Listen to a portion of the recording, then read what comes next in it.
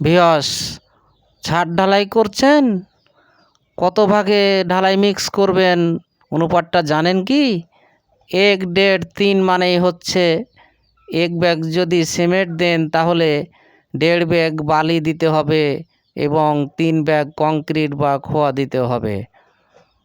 তবে ইঞ্জিনিয়ার যদি M2NT grade concrete ধরে ডিজাইন করে তাহলে 1.5-3 অনুপাতে ঢালাই করতে হবে।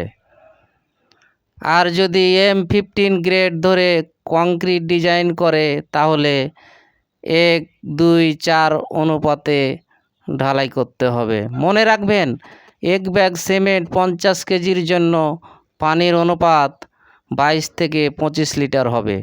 1 ব্যাগ সিমেন্টের জন্য ওয়াক মিক্সচার বা কেমিক্যাল 300 থেকে 500 গ্রাম দেওয়া যেতে পারে।